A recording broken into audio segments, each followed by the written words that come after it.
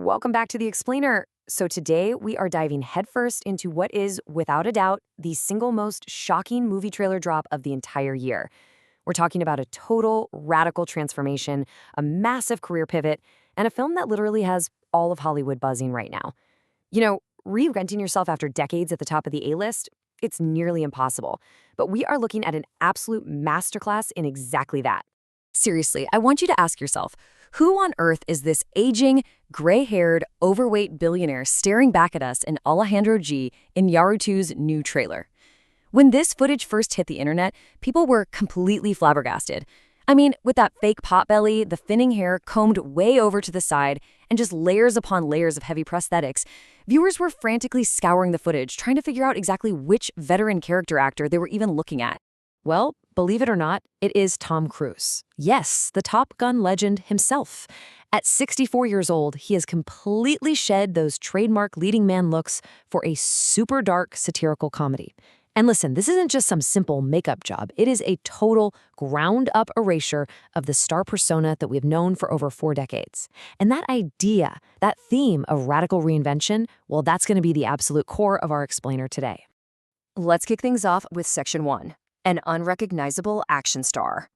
So for the last decade or so, we have essentially known old Tom as the guy sprinting on top of moving trains and casually hanging off the sides of airplanes for the Mission Impossible franchise, right?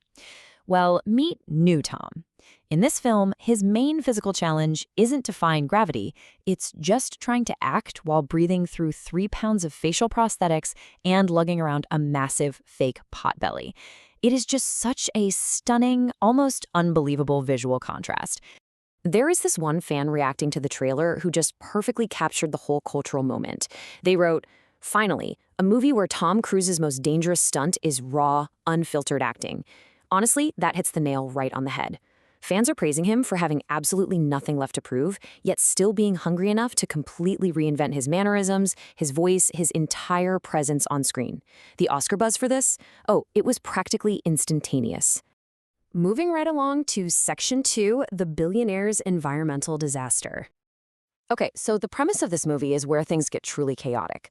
Cruise plays the titular character, Digger Rockwell. He's this wildly wealthy billionaire oil tycoon, basically one of the most powerful CEOs on the planet. And the inciting event? A massive tsunami strikes his company's very own nuclear power plant. The fallout from this is a literal trillion-dollar global catastrophe. So Digger's mission, in this super dark, catastrophic comedy, is to frantically try and save humanity from an environmental mess that he himself created. He is out there desperately trying to convince the whole world that he's actually its savior. It's wild.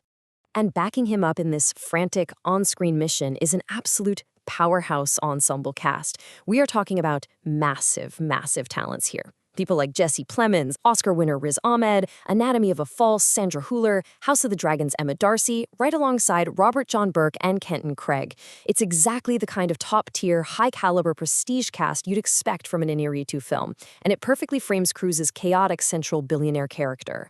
Which brings us to Section 3, the unconventional script ritual. You know, this partnership has actually been a really long time coming. More than 20 years ago, Cruise was completely blown away by Iñárritu's brilliant film Amores Perros. Cruise basically thought, who is this guy? And became a huge admirer of his work. Fast forward to about 7 years ago, and that's when Iñárritu first pitched the Diggers concept to him. But the real magic? That happened in pre-production. Instead of just handing Cruise a script to take home and memorize like usual, Iñárritu actually sat down and read the entire screenplay aloud to him over a period of several days. Just listen to how Cruise describes this process. He said, "Alejandro took several days during which he was just reading the script to me and I'm listening to everything that's in his mind." Cruise explained that instead of just, reading words on a page, actually hearing the emotions, the underlying themes, and the specific intentions directly from the director's mouth gave him this incredibly deep foundation and allowed him to truly, fully grasp the complete vision before a single camera even rolled. And I absolutely love this piece of insight from Cruise. Reflecting on Iñárritu's pitch in that intensive reading process, Cruise said, "The way he described it, I thought, this guy's got fucking balls. There's nothing better than to physically and metaphorically stand on the edge of a cliff and go, let's do this."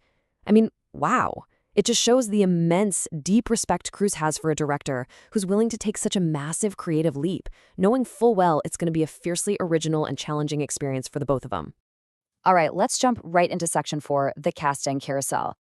So, the casting process for one specific, highly coveted supporting role in this film was notoriously grueling. Get this.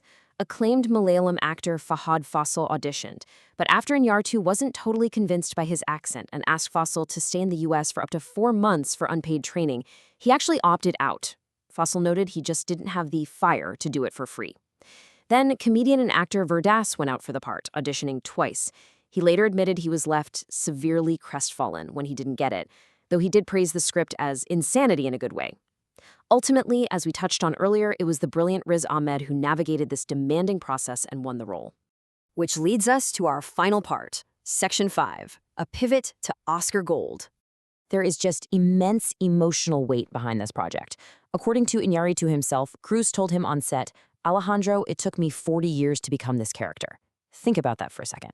When you look back at Cruise's 46-year career, from Jerry Maguire to Edge of Tomorrow to Mission Impossible, you realize he is channeling every single ounce of that lifelong experience into this one deeply vulnerable performance. He's not just wearing prosthetics, he's bringing the weight of an entire lifetime in cinema right to the screen.